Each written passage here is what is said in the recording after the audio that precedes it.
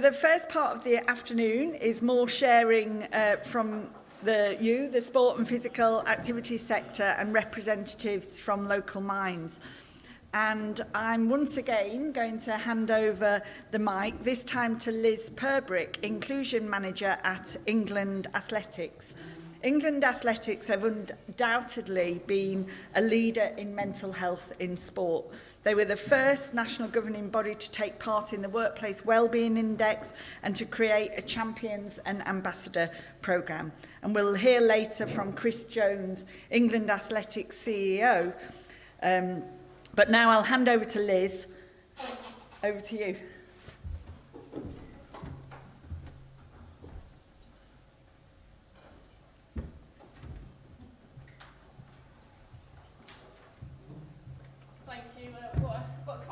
Kind welcome, really pleased to be here. We have got the after lunch shift, so if we see you dropping off, this is your warning that you will be invited onto stage to join us for some dance moves or other appropriate exercise, so we will be watching. So I'm Liz Purbrick, I'm the Inclusion Manager at England Athletics, and I'm joined by Kirsty Hickson from AOC Sport and Richard Glyn-Jones from the FA. I'll let them introduce themselves shortly. And we're going to be sharing some of our experiences and learnings around our mental health champion programmes.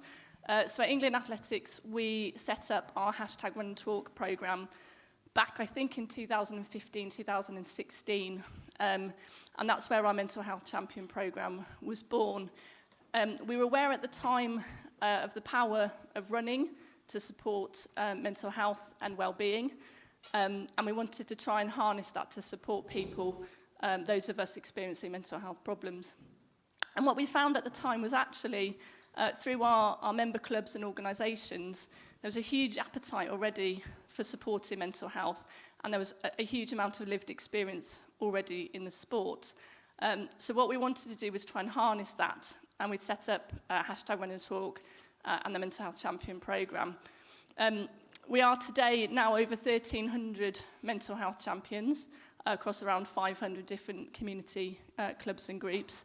And those are volunteer champions. They are incredible people with lived experience themselves who are passionate about the power of running to support mental health. And they've got a mantra for their role. They run, they talk, they listen, and they signpost.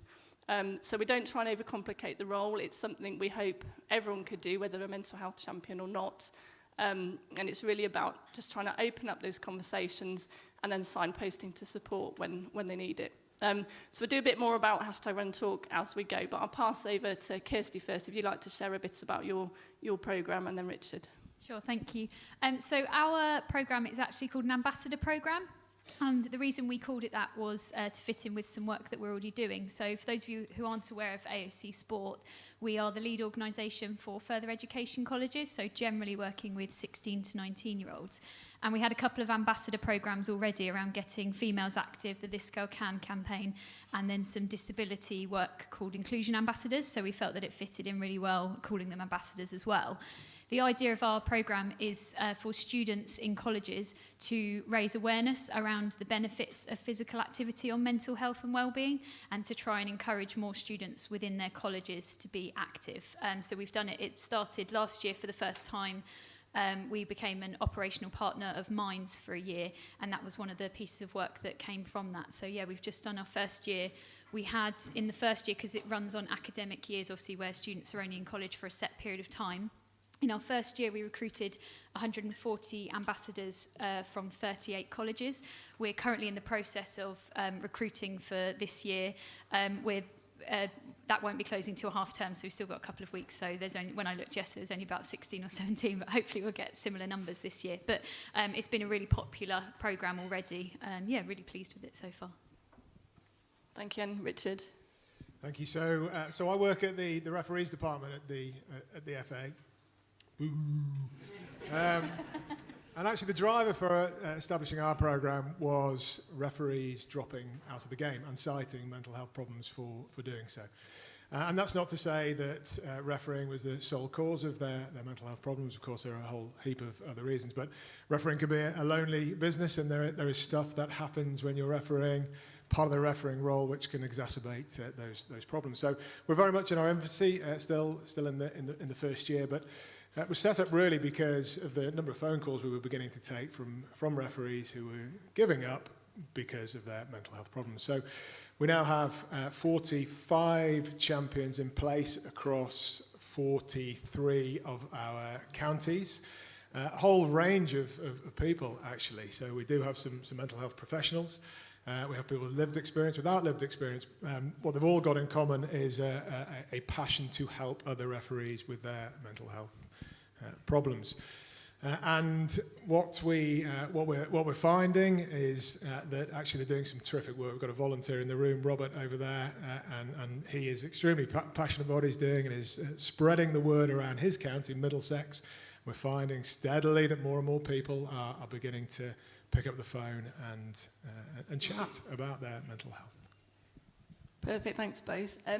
So I was thinking back earlier to a meeting Hayley and I had, probably not far from here, a few years back around mental health champions, and we were about to launch the programme and we're thinking how many is a good number, how many do we want, and we were hoping for sort of about 100. A huge sport, lots of members, and one of the biggest challenges we've actually found over the years is the huge enthusiasm and appetite for it, is that actually quite quickly we were slightly overwhelmed by the interest and the numbers of people wanting to take part. So that was one of our biggest challenges, which actually turned into more of a success, because being a relatively small organisation with limited resource, but we cover the whole of England, we had to basically set up the programme to make sure that it could be managed and resourced and continue to grow, but give a framework for our community clubs to really lead it and deliver it themselves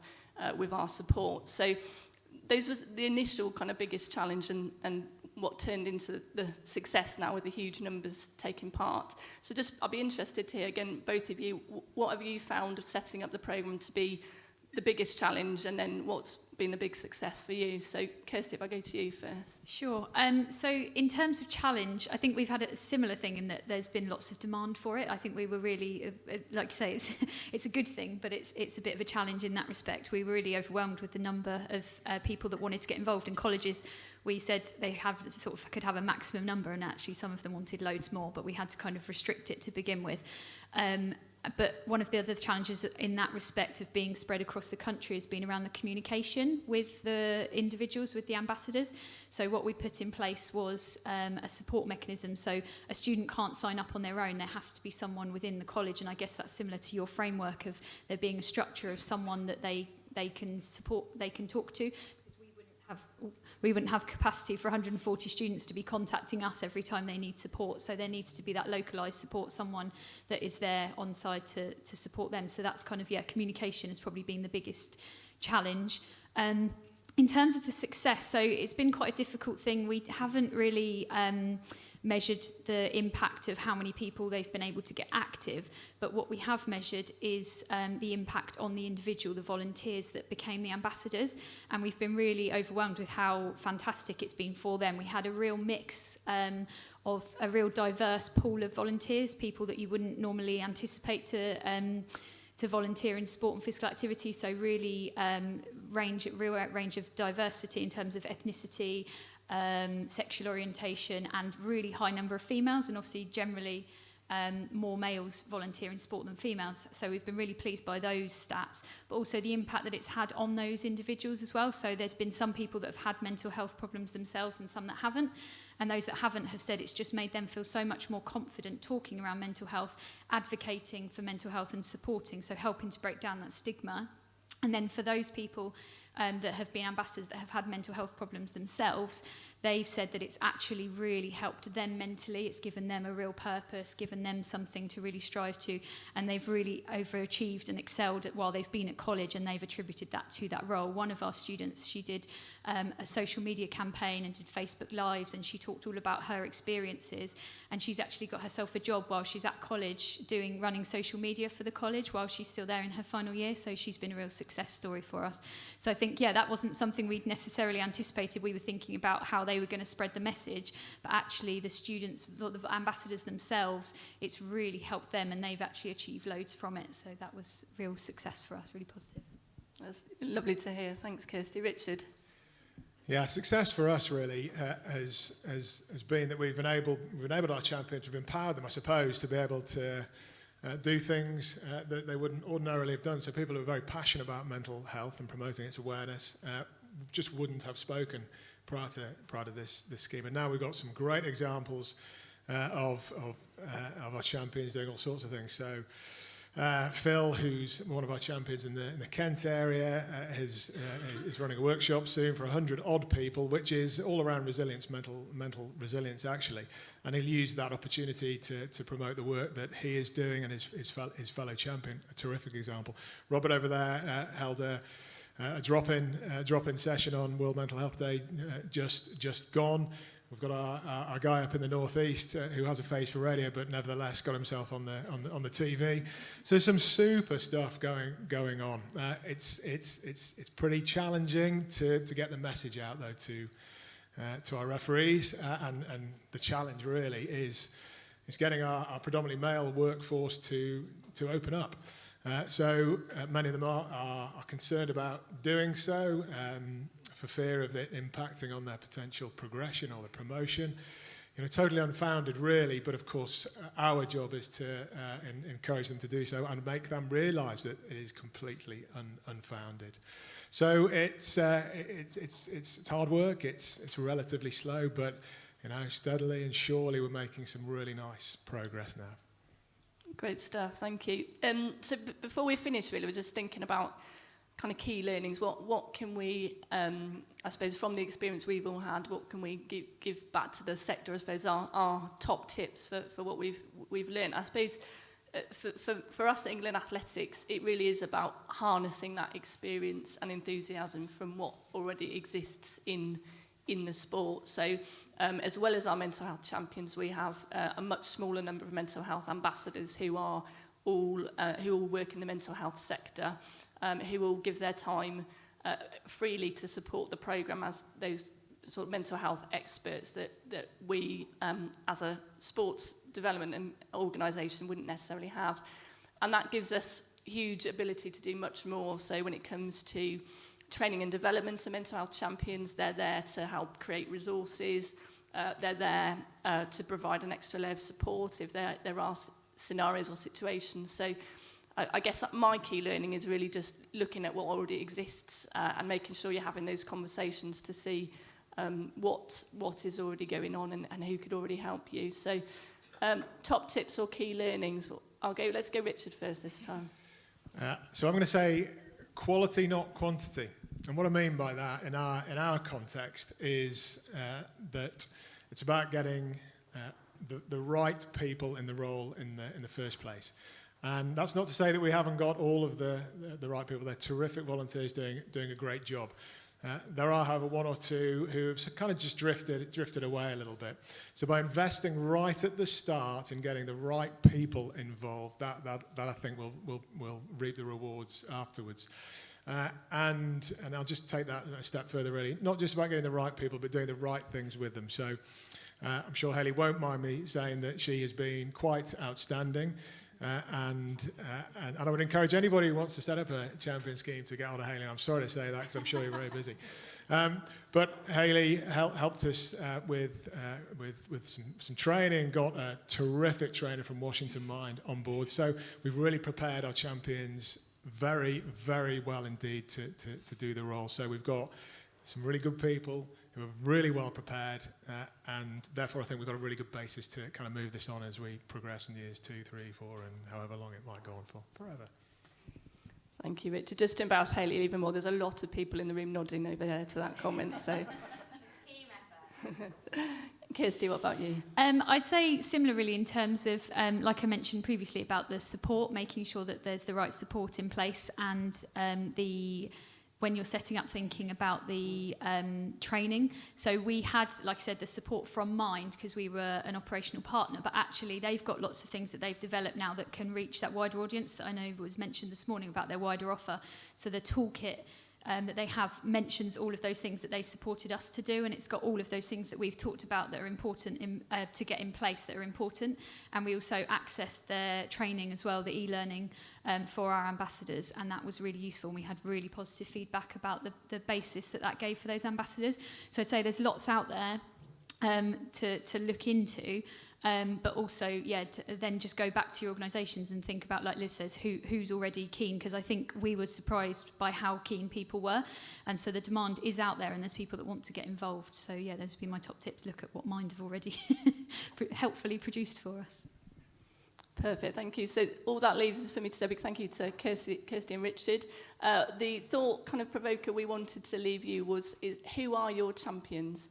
So who is that in your workplace, in your community clubs, with your coaches, your volunteers, your participants? Who are your champions? If you're thinking about setting up a mental health champion, who are the people that are already there? And then please do take a look at the Mind toolkit for mental health champions. Kirsty and I were saying it really is a step-by-step guide, something that takes all the learnings from the sector and will help you to set up your own programme. I'm more than willing, to talk to people about what we've done in more detail. I'm sure Richard and Kirsty are too, just to help share everything that we've done so far. But thank you both.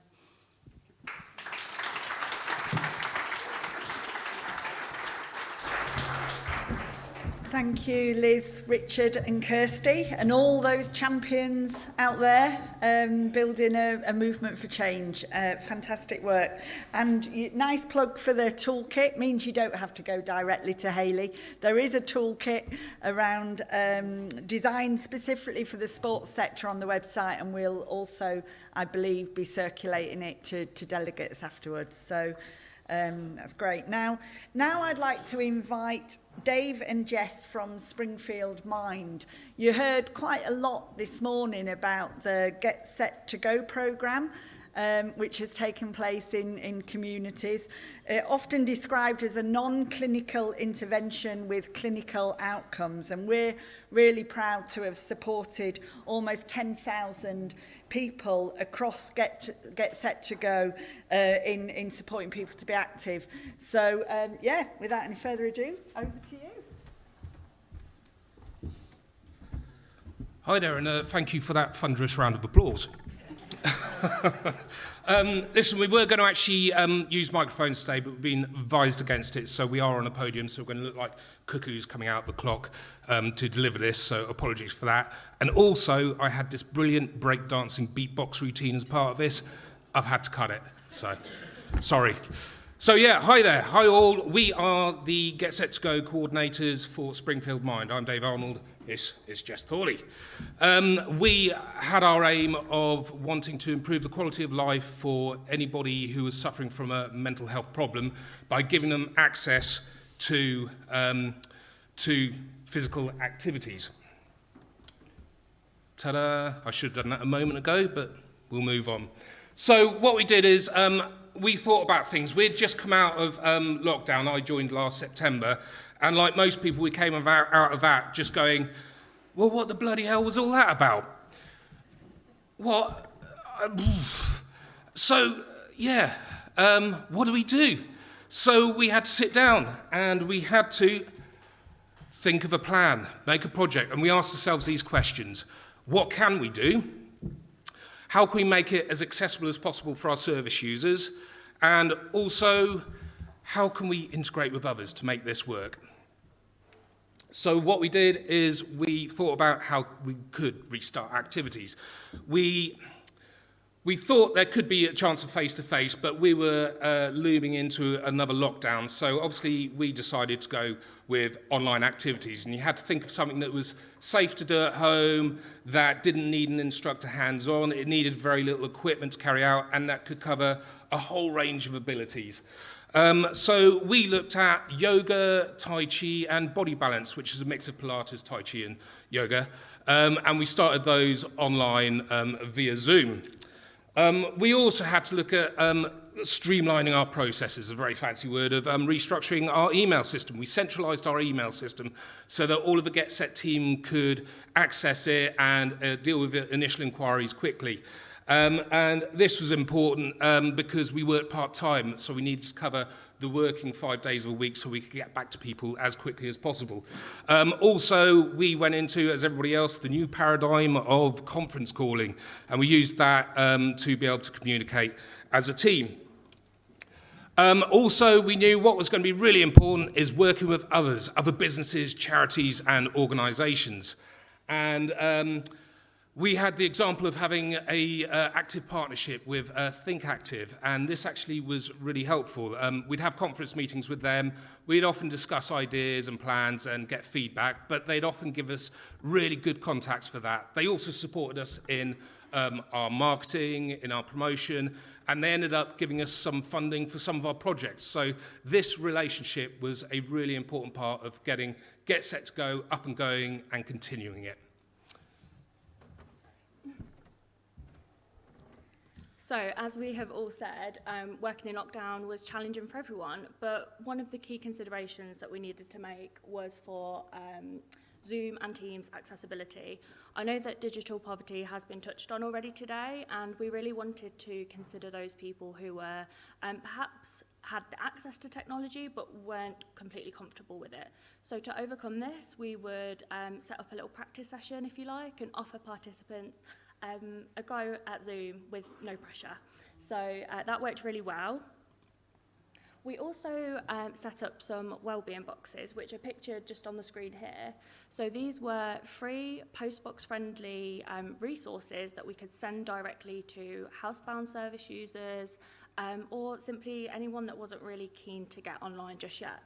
So they contained the brilliant Mind resources, We Are Undefeatable, and Public Health England resources as well, which aren't pictured. But as you can see, there were some resistance bands, so it was just a really gentle way of people getting active at home.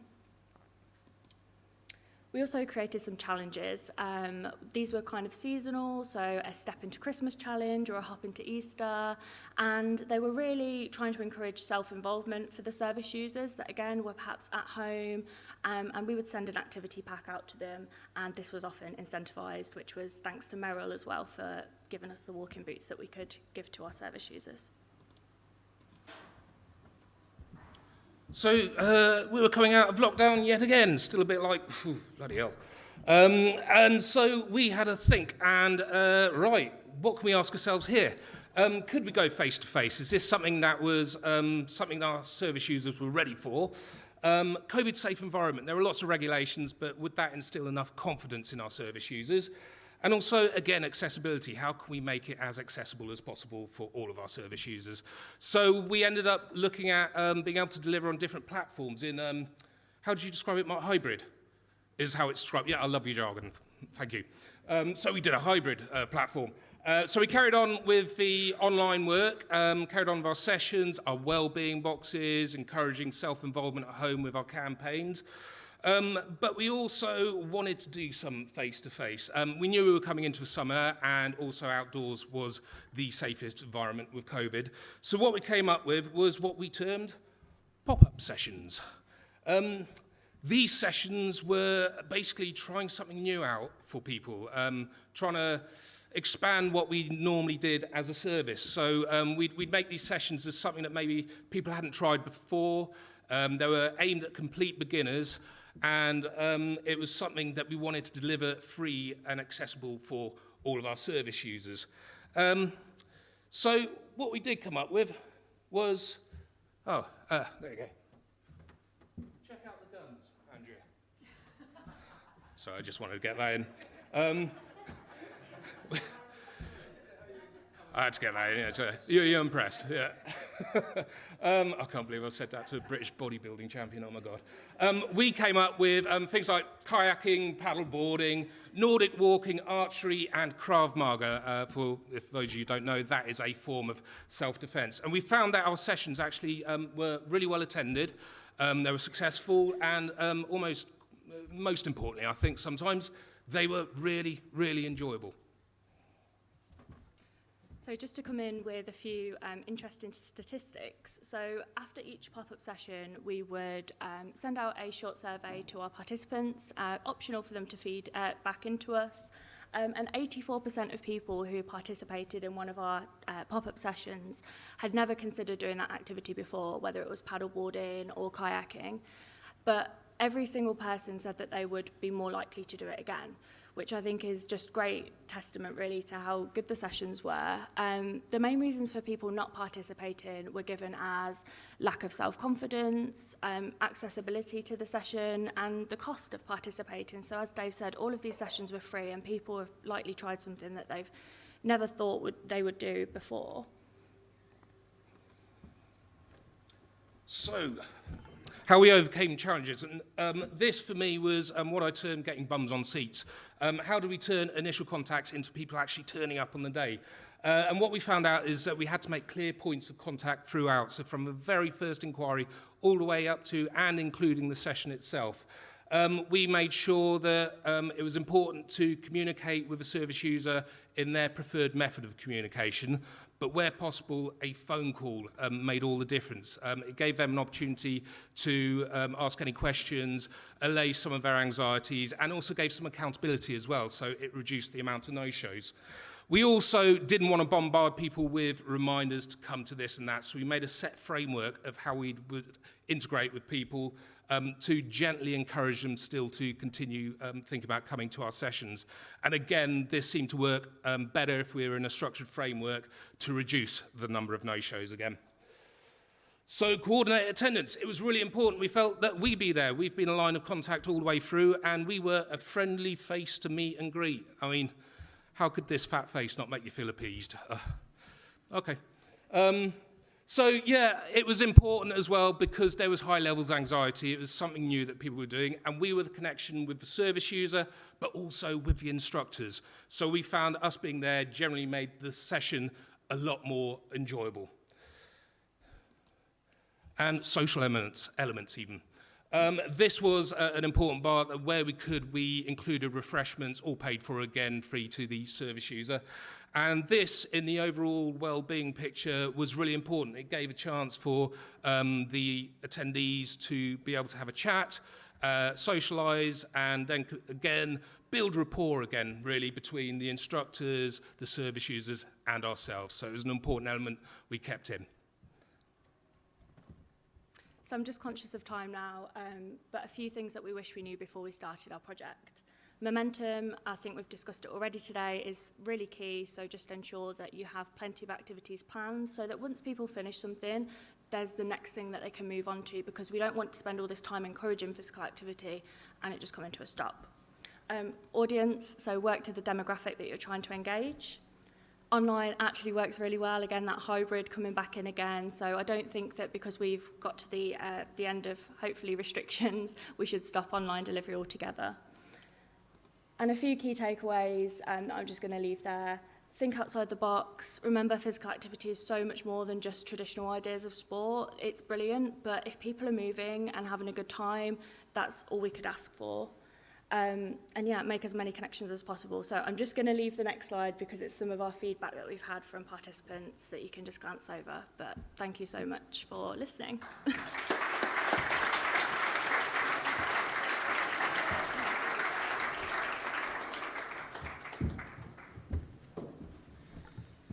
Thanks, Dave and Jess. Just brilliant learning there, and obviously made an enormous difference to the lives of many people. So really big well done, and thank you for that. So now we're on to the final spotlight session, which is very much about looking after the people, looking after the people. The duty of care to our staff and volunteers has been at the forefront of our mind since the conception of our sport and physical activity work, and also through our active involvement through Baroness Tanny Gray-Thompson, who looked at the duty of care review for sport.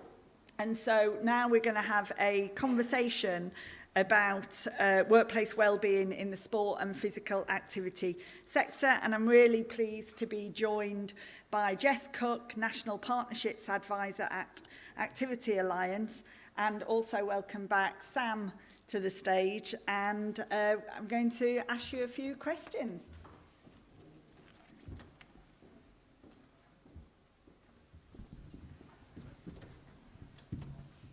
Welcome.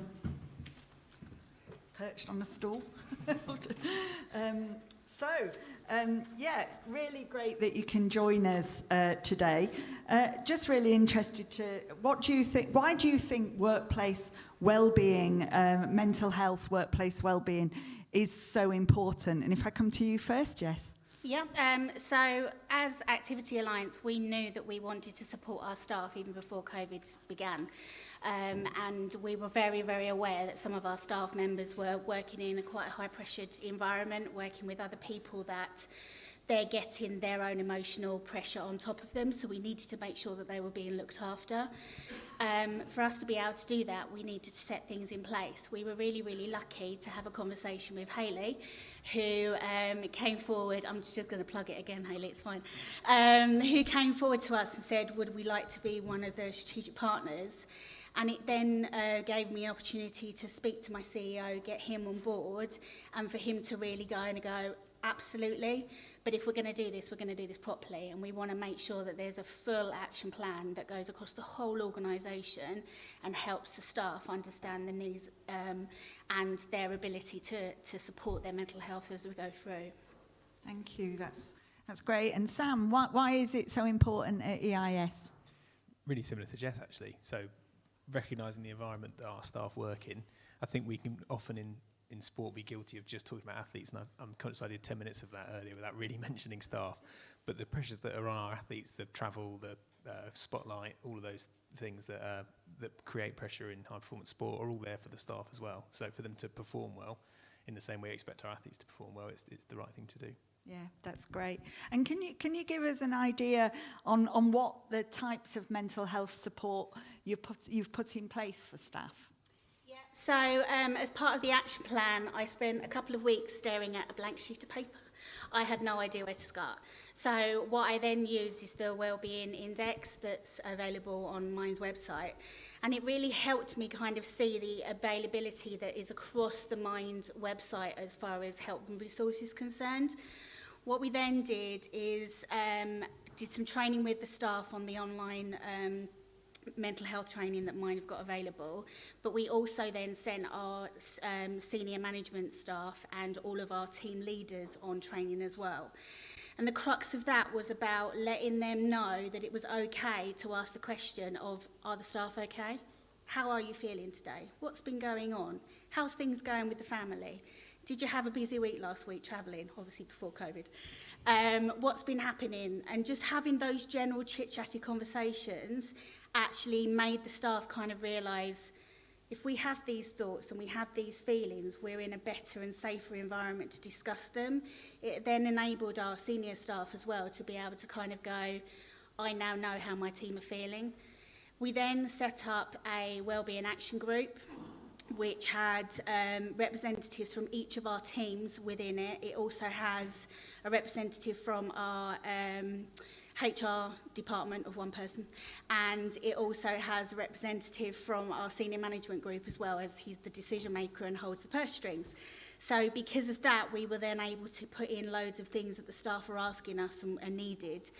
We got this information through a staff satisfaction survey. So every year we conduct a staff satisfaction survey, which isn't just about kind of how do you think about the organisation and why are you working for us and how do you think of your team manager and all this, that and the other. We started asking questions about mental health and wellbeing as well. The first year, probably 2008, people were a bit apprehensive about filling it in. They were answering, but we don't think it was a true reflection. But as time went on, and especially over COVID, it's made a massive difference for us to be able to start implementing and putting things in place to help the staff out. This then put us in a really, really good position during COVID. We were able to just go, right, let's hit this. Let's put the things out there that the staff need. They're working from home in an environment they've never had to do before. And what does this mean for them? That's great. And what does the support look like for you? It's wide ranging. Everything I presented earlier is just as available to the staff as the athletes, with I guess the exception of the medical insurance. But we've got an EAP that covers that. But the focus for us really is that there's a consistent messaging across the whole system about what mental health is, how we talk about it, how to signpost and when to signpost, and absolutely to your point as well, Jess, you can put this stuff in place, but unless you've got clear messaging about how to get hold of it and the clear steer that it's okay to talk about this stuff, then it's hard to really see the take up. So the senior leadership buying in and being involved is massively important. Yeah, and we heard from Flo really this morning, didn't we, about the importance of senior leadership buy-in and you know, kind of practicing what you preach and setting culture. So how did you, I'll start with you, Sam, how did you ensure senior leadership buy-in, and what difference did that make? I suppose we're quite lucky to start off within the EIS that we had a CEO who just recently left, but was very good at being open and clear about what he was doing for his mental health. So he'd during COVID would talk about how he was managing his time when he was able to travel where he was going to get some downtime, and that then just sets the tone for the rest of the organisation. So there's lots of stuff as well proactively for directors talking to their directorates about some of the unwritten things that it's okay, you should be taking your lunch break, it's okay to take a little bit of extra time off if you need it. Those things that we sometimes think, oh, everyone knows they can do that, but just really reinforcing those messages in a proactive way. Yeah. And how did you ensure senior leadership buy-in? We were really lucky. Our CEO was on it straight away, but even before we signed up and agreed that we would be part of the strategic partnership, my CEO was, this is what we need to do for the organisation. He recognised that it was important. But what he wanted, as I said, was the action plan to be robust and have some really dominant outcomes that we could really achieve. And that helped us as an organisation put things forward and help the staff see where we were going as well. The action plan was open for everybody to see. It wasn't just mine or the chief executives. Yeah, that's great. And of course we know, I mean, we certainly know at Mind that workplace wellbeing support it's an ongoing it's an ongoing need. There isn't one easy solution. And so just interested in, from your learning, what do you think future development around workplace wellbeing, what ideas do you have that we could do in the future, Sam? I feel like I'm going to sound like a stuck record. The shared language thing is massively important. So if you've got people talking in a way that they feel comfortable talking about mental health because they know with the language to use how to talk about it and that it's okay to talk about it, is absolutely crucial. So, and then we talked about that as well, haven't we? The importance of senior leaders being open and willing to share this stuff is hugely important. And some of that stuff's quite hard to just do. You can't just put on an education program that then makes all of your CEOs and senior leadership team okay to talk about mental health. But certainly getting it right at that level is really important. And then at the rest of the organisation level, having everyone singing off the same hymn book is really important too. That's great. And what challenges do you think the sport and physical activity sector still has to overcome in terms of taking the work forward? Any ideas? That's a huge question. I think one of the big thing that I've noticed is just listening to people. If you don't listen, then you don't know what the need is. And I think that we need to, as a sector, just start to listen to start to do co-producing of information, because if we don't do that, then we're just dictating all the time. Yeah. Okay, final question. Do you have a challenge, recommendation or thought to help organisations who are moving from intentions, they're interested in doing work, but they haven't necessarily translated that into action? So what would be your top tip? For us, it was writing the action plan and knowing what outcomes we wanted and sharing that across the whole organisation. They then had the opportunity to agree it and know what was going on, but also setting up the wellbeing action group, the WAG group, really enabled us to be able to get staff's input into it and understand what they wanted to do. And it was us as an organisation that gave the birthdays off as well, and that went down really well. So just an extra day's annual leave is always a good thing. Yeah. Yeah, we have similar approach. We have mind days, so sometimes an added extra day after a bank holiday, and it's really appreciated by the team. So yeah, similar approach. Top tip from you, Sam. I like the birthdays idea. We haven't got that, but I like that. I'm going to be bringing that up. Yeah, I think it's knowing where your sources of support are that's really important. So having the stuff in place is really good, but how you communicate that's really important as well, and being really open, and also you sometimes feel like you can't talk about this stuff enough, especially when you're working in the field. You feel like all you're doing is talking about how you get support, what signs and symptoms are, but it's a reminder that when you're in that space sharing that, it's in your head all the time. A lot of the people we work with don't think about it all the time, so constantly reminding people how to get support is really important too. Great. Well, thank you. Hopefully useful learning. You're doing some great work. So thank you for sharing that with us all this afternoon.